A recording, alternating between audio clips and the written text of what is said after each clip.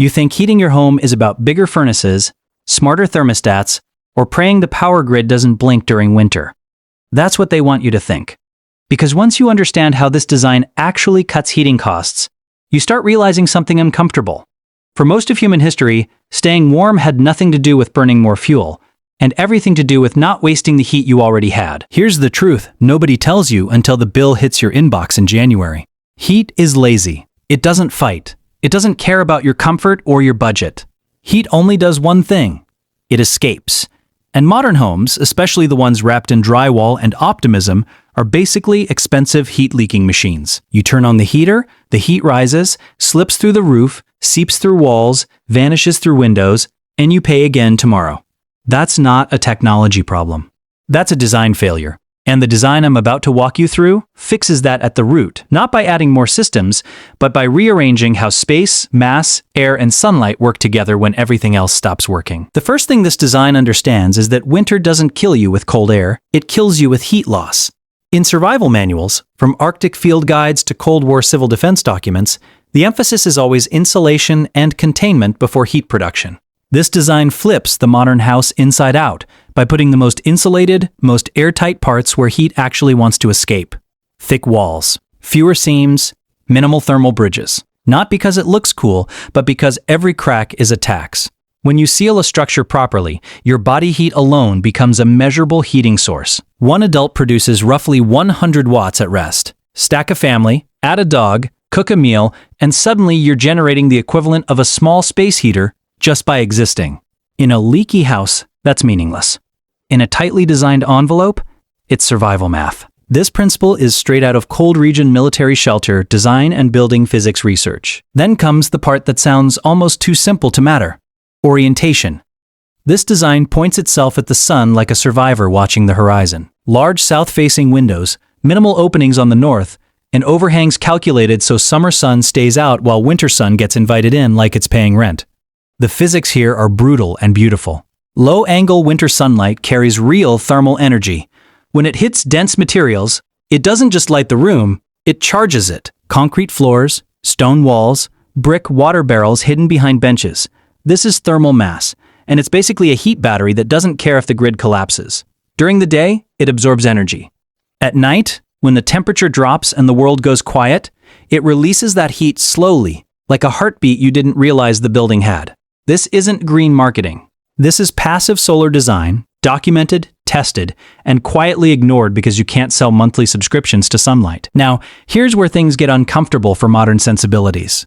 This design deliberately makes some rooms colder than others because uniform temperature is a luxury, not a requirement. Survival architecture always creates thermal zones. Sleeping areas are smaller, lower, and easier to keep warm.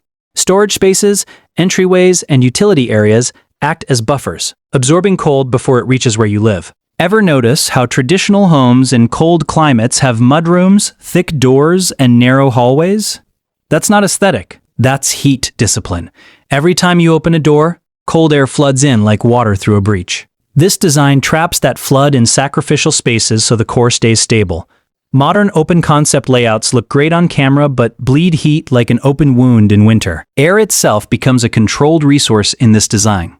Instead of relying on random leaks for ventilation, it uses deliberate airflow paths. Warm air rises, cold air sinks, and this design exploits that instead of fighting it. Vents placed low on the cold side, high on the warm side, allow slow, predictable circulation without fans. In some versions, earth tubes pull incoming air through underground channels, pre-warming it using the stable temperature of the soil before it ever enters the living space. That's not futuristic. That's physics older than electricity. The ground a few feet below the surface stays around 50 to 55 degrees Fahrenheit year-round in many regions. Pulling air through it reduces heating demand dramatically. This principle is documented in both ancient architecture and modern building science. Then there's the part nobody likes to talk about because it sounds primitive. Smaller spaces. This design cuts heating costs by refusing to heat volumes you don't need. High ceilings look impressive until you realize you're paying to heat air your feet will never touch. Traditional survival shelters, from yurts to sod houses, keep ceilings low because heat stratifies. The higher the ceiling, the more heat pools uselessly above you. This design brings warmth back down to human level. Built-in sleeping platforms, thick bedding, and insulated walls create microclimates where a single heat source does the work of 10.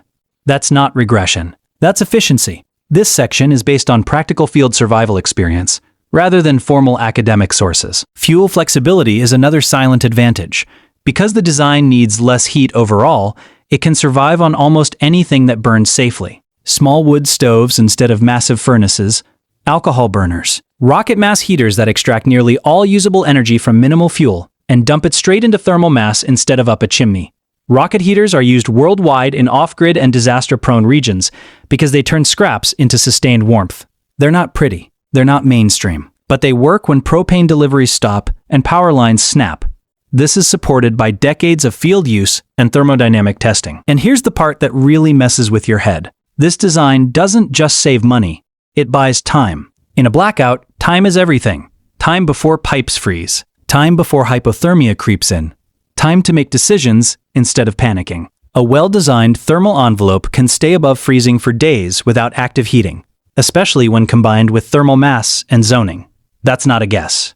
That's been measured in passive houses, earth-sheltered structures, and cold climate survival shelters around the world. When the grid goes down, the difference between panic and control is often measured in degrees Fahrenheit. The final insight is psychological, and it matters more than people admit. This design makes you aware of heat as something precious, not infinite. You feel where warmth comes from. You notice how sunlight changes the room. You understand why closing a door matters. That awareness changes behavior, and behavior reduces consumption as much as technology ever could. In survival situations, awareness is insulation. The people who freeze aren't always the ones without heat. They're the ones who didn't realize how fast they were losing it. So when someone asks how this design cuts heating costs, the real answer is uncomfortable. It stops pretending winter is something you can overpower with money and machines. It treats cold like an enemy that exploits weakness, and it removes those weaknesses one by one. No heroics, no miracle tech, just physics, discipline, and a quiet understanding that staying warm has always been about respect for energy, not domination of it.